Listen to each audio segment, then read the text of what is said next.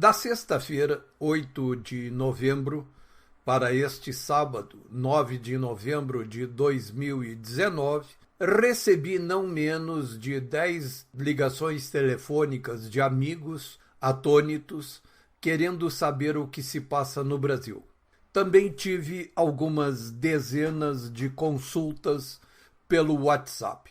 Eu próprio, na sexta-feira, 8, embora sabendo que ia acontecer o que acabou acontecendo, a soltura do bandido petista corrupto Lula, também eu me senti impactado e desolado.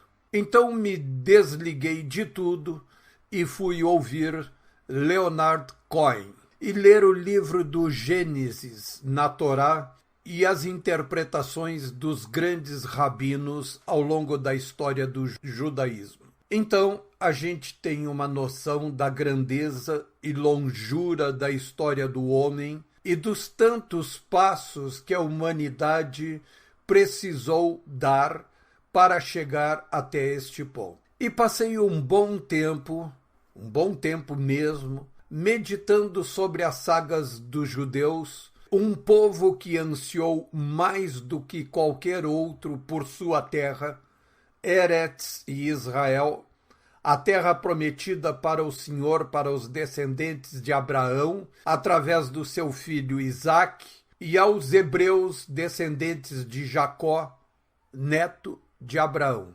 E como eles sonharam por retomar a sua terra, retornar à sua terra, recomeçar a construção de sua nação. Passaram-se milênios até isso voltar a acontecer. Então, o sentimento da desolação vai sendo ultrapassado após 2 cappuccinos e abre-se a mente para a análise ponderada do que está se passando no país. Já ultrapassadas as 24 horas do primeiro impacto, me considero em condições de dizer algo a respeito do episódio. Do meu ponto de vista, o que está acontecendo é a manifestação dos últimos estertores de uma cultura corporativista que se originou na vida brasileira lá na década de 30, no Estado Novo, quando o regime ditatorial de Getúlio Vargas passou a criar uma nova burocracia estatal. Junto com ela, veio a concepção, muito própria do positivismo, do qual o caudilho era originário, de que cabia ao Estado criar as condições para o desenvolvimento e o progresso da nação. Foi a união do corporativismo estatal com a noção populista econômica e social que vigorou no nosso Brasil por mais de 70 anos. Essa massa corporativista aliou-se alternadamente durante o tempo com variadas correntes políticas e até mesmo com o regime militar, quando ficou conhecida pela crítica esquerdista como tecnocracia.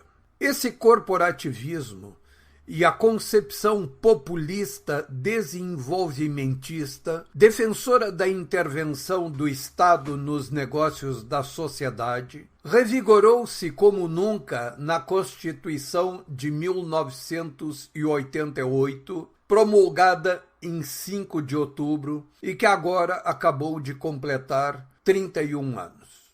Esse modelo serviu para implementar a cultura da corrupção como nunca na vida político-partidária, comandada essa exacerbação justamente pelo partido que cresceu com a imagem de anticorrupção, o PT, maior organização criminosa que já ocupou a cena pública brasileira. E o PT cooptou todo o restante da constelação política nacional, distribuindo propinas a torto e a direito. Enquanto isso, o corporativismo assaltava os cofres públicos, extraindo benesses, privilégios. E os grandes empresários tornavam-se bilionários de expressão mundial com dinheiro sacado direto do povo brasileiro a custo zero. Resumindo, apossando-se de recursos públicos por meio de sua sociedade com o Estado.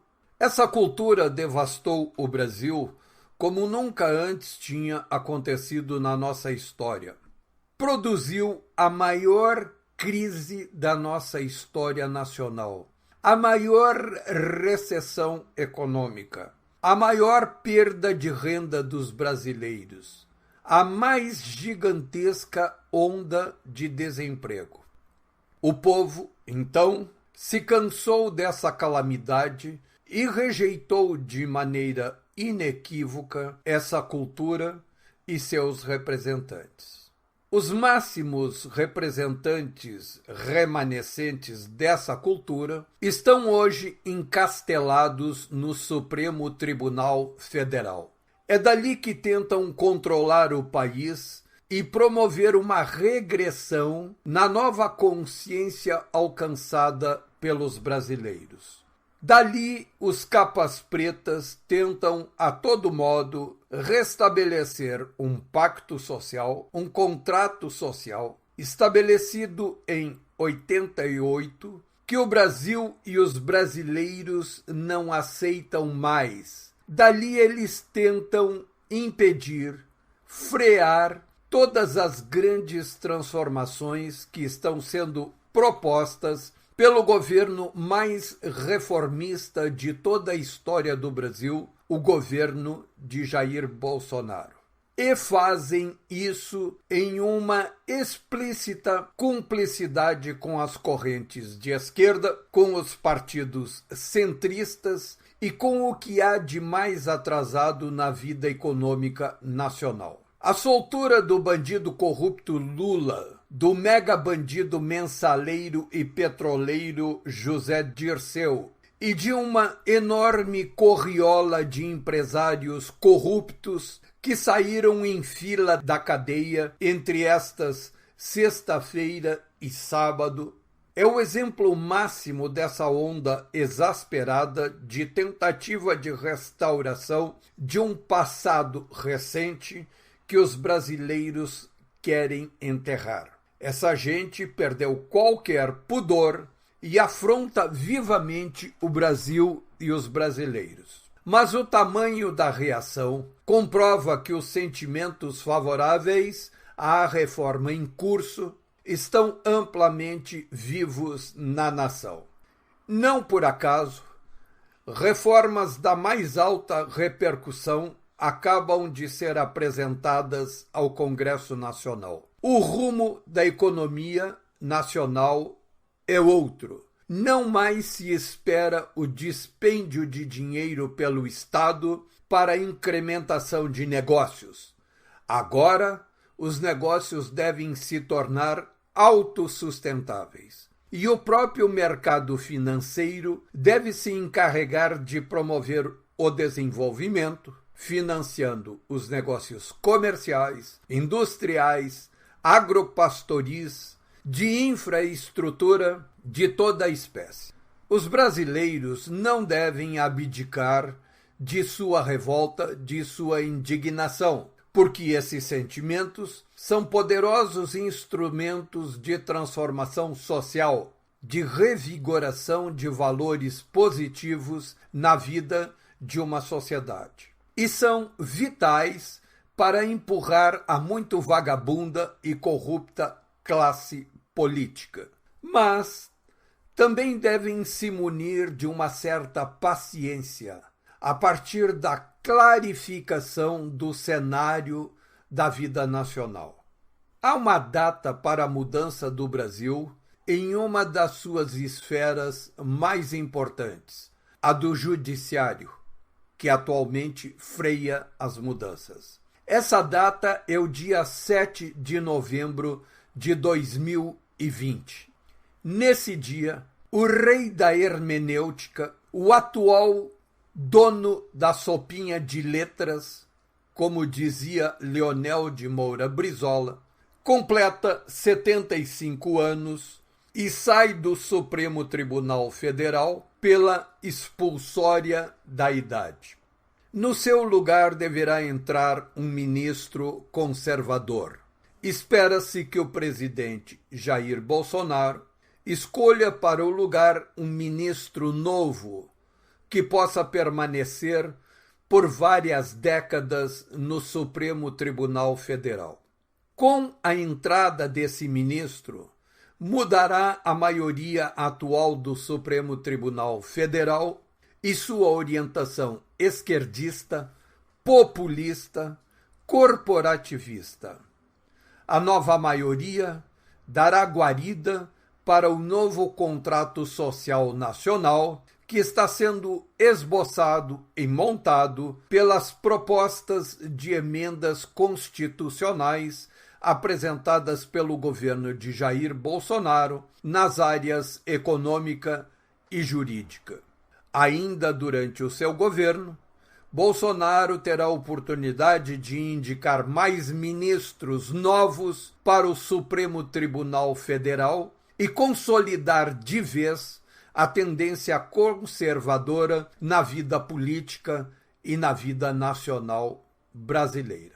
Enquanto isso, os congressistas dão sinais, como antes nunca visto na história política desta nação, de que estão percebendo o sentimento do povo brasileiro e mostram sua disposição para aprovar as reformas em curso, embora com alguma resistência e diminuindo o impacto das mesmas. Mas não se atrevem a brecar inteiramente o movimento em curso, porque, enquanto isso tudo acontece, as coisas vão se arrumando na vida nacional. A inflação está baixa, os juros caem como nunca, já estão em 5% ao ano e devem encerrar 2019 na casa de 4,5% ao ano. Há um claro movimento de controle do endividamento nacional, das dívidas com título de longo prazo, com vencimento lá para 2050, mas com alta taxa de juros, que estão sendo recomprados antecipadamente e relançados com prazos mais alongados e taxa de juros muito maior.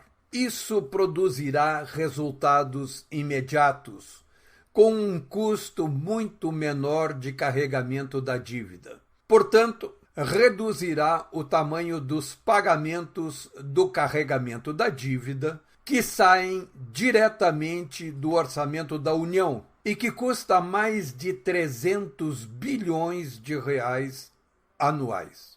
A infraestrutura nacional em portos, aeroportos, rodovias, ferrovias está sendo amplamente reformada e ampliada. Está sendo dada partida a um enorme programa de investimentos privados no país. E já está em curso um grande movimento de abertura de empregos. O governo Bolsonaro deverá encerrar este ano de 2019 com cerca de 1 milhão de novos empregados no Brasil. Tudo isto está sendo possível sem o uso de sequer um tostão de recursos públicos, o que é uma formidável novidade no país. Há novidades fantásticas desta fabulosa mudança de curso da vida brasileira, da cultura nacional, em todos os campos da vida social no Brasil. Por incrível que pareça, talvez os estrangeiros estejam percebendo isto com mais clareza do que os brasileiros. Assim, não é de estranhar que essa coisa abjeta, esse super ladrão, esse corrupto Lula, que tanto degradou a vida do Brasil e dos brasileiros, saia da cadeia destilando o seu enorme pote de ódio e pregando até a luta armada, o que faz daquela maneira dissimulada que ele sempre usou ao longo de sua história política, que já se estende desde o final da década de 60. Karl Marx, no seu livro exemplar chamado O 18 Brumário de Luiz Bonaparte, diz lá com toda clareza: a história se repete, primeiro como tragédia, depois como farsa.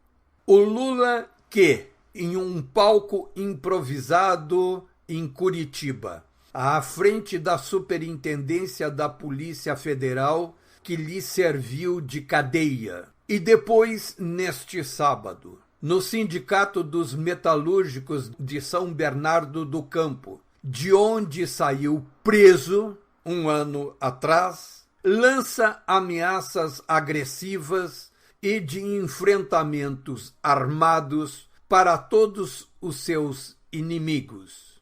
Esse Lula é uma figura farsesca, é uma espécie de Dom Quixote redivivo, atacando moinhos de vento que imagina serem inimigos armados. Suas manifestações significam o desespero de uma época que se encerra e cujos atores não querem admitir que foram ultrapassados e que devem se recolher à sua insignificância.